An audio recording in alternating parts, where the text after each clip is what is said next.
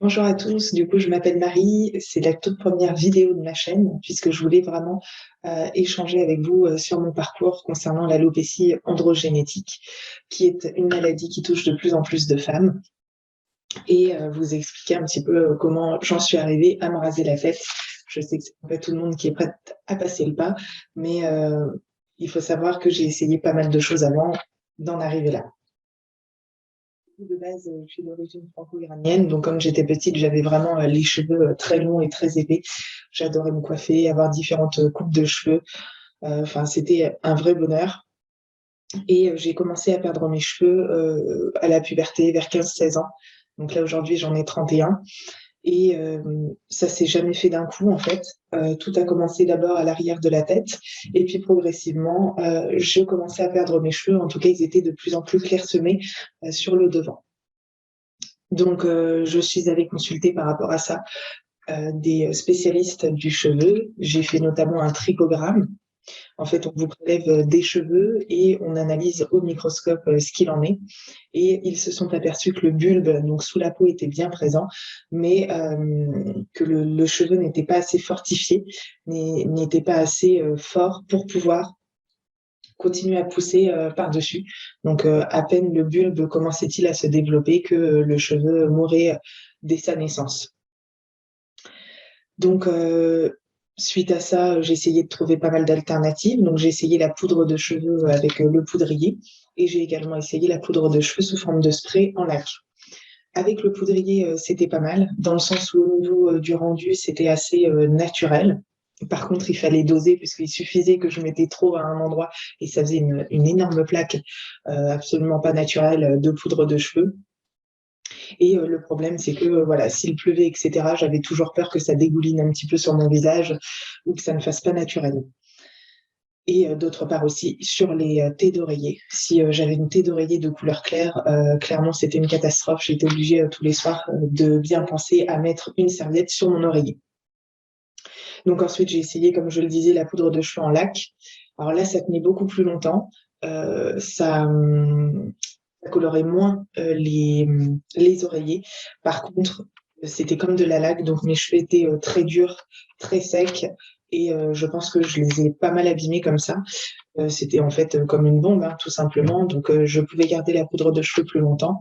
Par contre, ensuite, pour l'enlever au shampoing, j'étais obligée de frotter de malade, et ça partait pas forcément très bien. J'avais toujours des petits résidus qui restaient collés sur ma peau, donc c'était franchement pas top.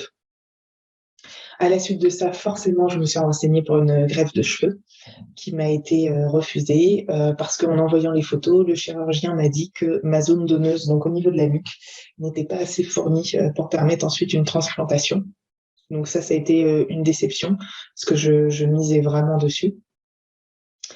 Et ben ensuite, c'est un voyage qui a fait que je me suis rasé la tête. Donc en fait, je devais partir en Iran et il y avait un traitement là-bas à base d'herbes. Et la personne nous avait dit que le traitement fonctionnerait mieux sur cheveux rasés. Euh, alors pour être tout à fait honnête, mon problème, c'est que moi, je voulais des résultats rapides. Et je pense qu'il fallait que je persiste, enfin suivre le traitement à la lettre 1 ou 2 mois, alors que normalement ça devait être 6 mois. Donc forcément, peut-être que j'aurais eu de meilleurs résultats si je l'avais suivi à la lettre. Euh, donc, il que pour ce traitement-là, il fallait se raser les cheveux. Enfin, c'était conseillé. À aucun moment cette personne ne m'a imposé. Donc, ça a été quelque chose qui a mûri progressivement dans ma tête. Ça m'a pris quand même plusieurs semaines, puisque voilà, je savais qu'à partir du moment où je me rasais les cheveux, je ne pourrais plus jamais revenir en arrière. Donc ça a été quand même quelque chose de difficile à prendre. Et puis j'ai fait ça sur un coup de tête. Je suis sortie en boîte et le soir même, enfin le lendemain, pardon, j'ai pris la tondeuse et bam, je suis passée à l'action. J'ai rasé mes cheveux. Ça a été, je vais pas dire que c'était sans douleur, hein, mais voilà, je sentais qu'il y avait un nouveau moi qui naissait et voilà, je l'ai fait. Donc ça, c'était en 2016. Donc voilà, ça va faire 5 ans maintenant que j'ai le crâne rasé. J'ai eu également à la suite de ça des perruques que je mettais par-dessus. Mais voilà, ça nécessite toute une Donc, il faut mettre de la colle tout le long là. Ensuite, il faut bien que ça tienne.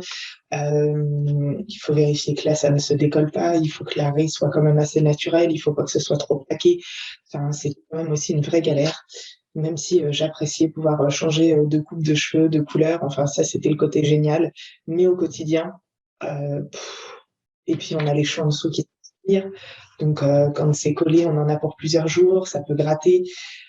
Voilà, ça a été mon ressenti, mais je ne dis absolument pas que je mets de manière définitive de côté les perruques, mais pour l'instant, d'un point de vue pratique, je ne m'y suis pas forcément retrouvée. Donc, du coup, bah, suite à ça, j'ai continué ma petite vie. On va dire que le plus difficile, c'est en hiver, puisqu'il fait quand même très froid et quand on n'a pas de cheveux, c'est assez compliqué.